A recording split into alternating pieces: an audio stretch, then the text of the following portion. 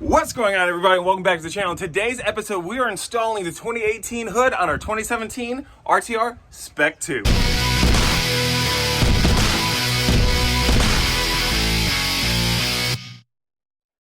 What's going on, everyone? Welcome back, Grassroots Nation. Hope you guys are doing great and you are crushing life.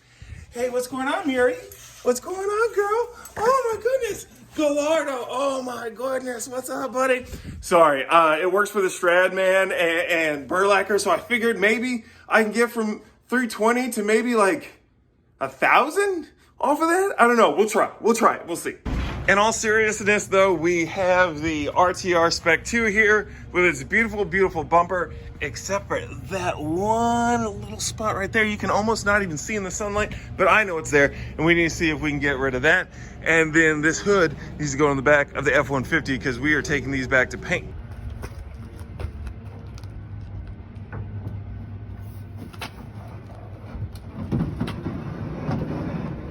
I saw a car up here. Yep, there she is.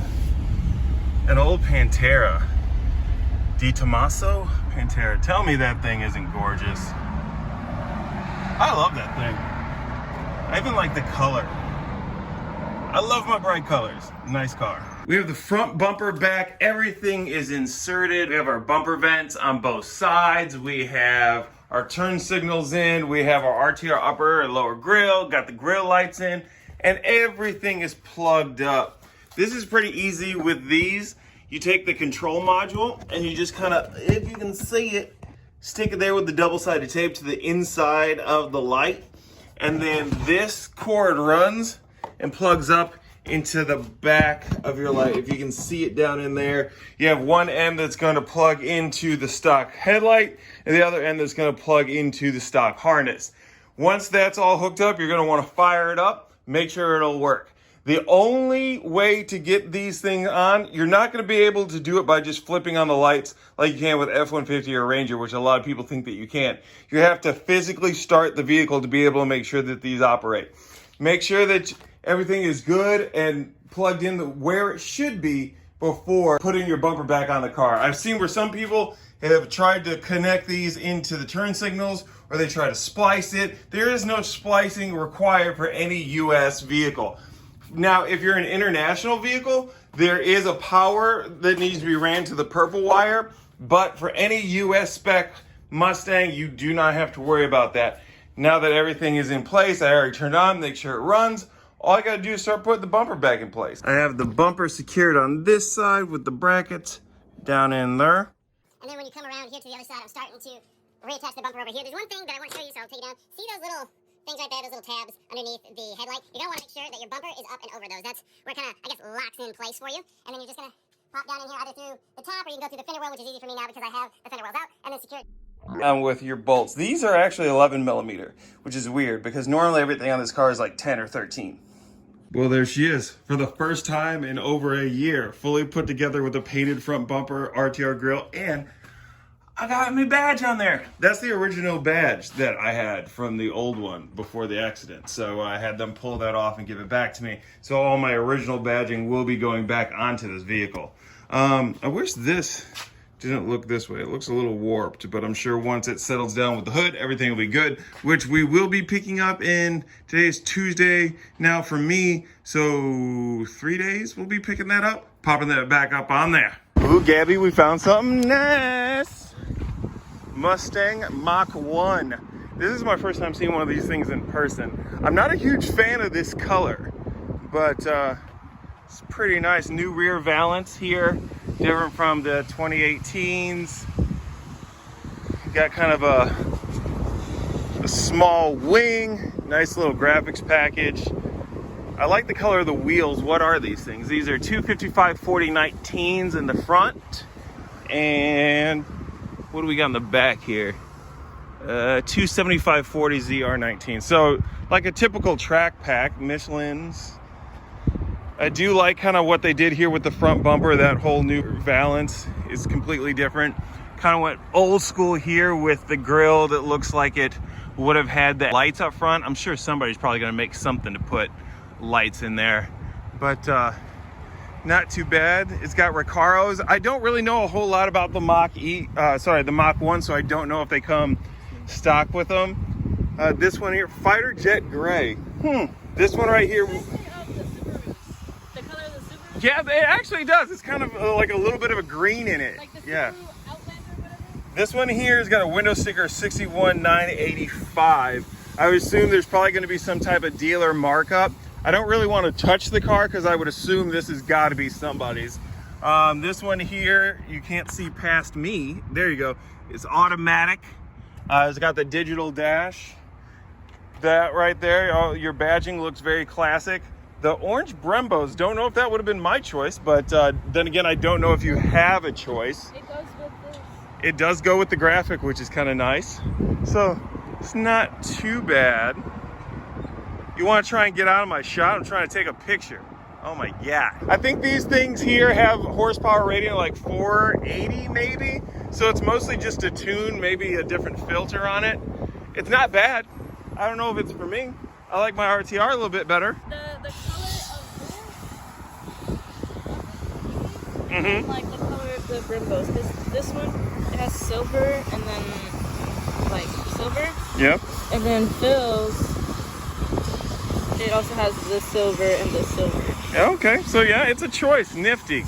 I'm sure they got over here on the side something about so 10-speed automatic was an option, the 19 magnetic aluminum wheels was an option, the Elite package, which I'm not really sure what that is. It's got the B&O sound system in it, and HD radio. Maybe that's part of what that is. Mach 1 appearance package is $1,000, and then Recaro leather seats was an option, voice activated.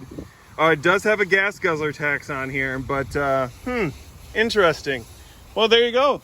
The 2021 Mustang Mach 1.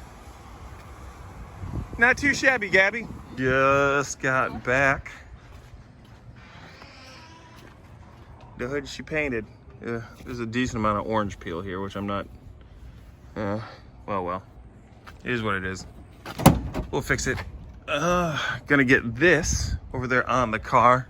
One thing I want to do first, though, is see if we can put down some cloths, in the corners. That way, nothing scratches the paint, right? As always, Gabby, she brings that heat, that energy to all our videos. Hairball? No, but it hurt my chest. We gotta get that close up. The hood is back on the car, and I had another casualty over on this side, as you can see. Fresh back from paint, already screwed it up. I do have the touch-up paint that Drew gave me, so that's definitely gonna come in handy on this. She's not closing right now. I do believe it's because the air box in here is causing this corner of the valve cover, or the engine cover, to sit up a little high. As you can see, it's kind of rubbing here in some spots. So my options are to trim this down a little bit more or take that off entirely. I know everybody's gonna say take that thing off. I don't want to though. So we're gonna trim that up a little bit more. Then now we need to get our hood vents on. Got everything fairly well lined up. I was having an issue back here in this corner, but what I did was I ended up taking out this side and I put one washer back here at the back, which brought it up and lined it up with everything. I don't know why I needed to do that.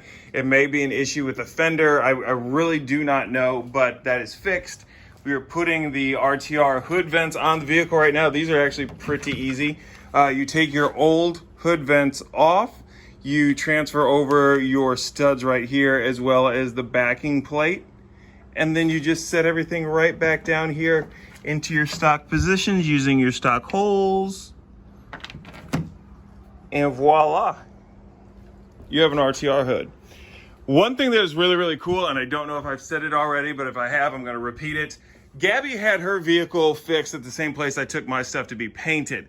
They actually had in the corner of their office the hood stripe. So we do have the stripes and everything that we need to complete it. They had all the vinyl that I need.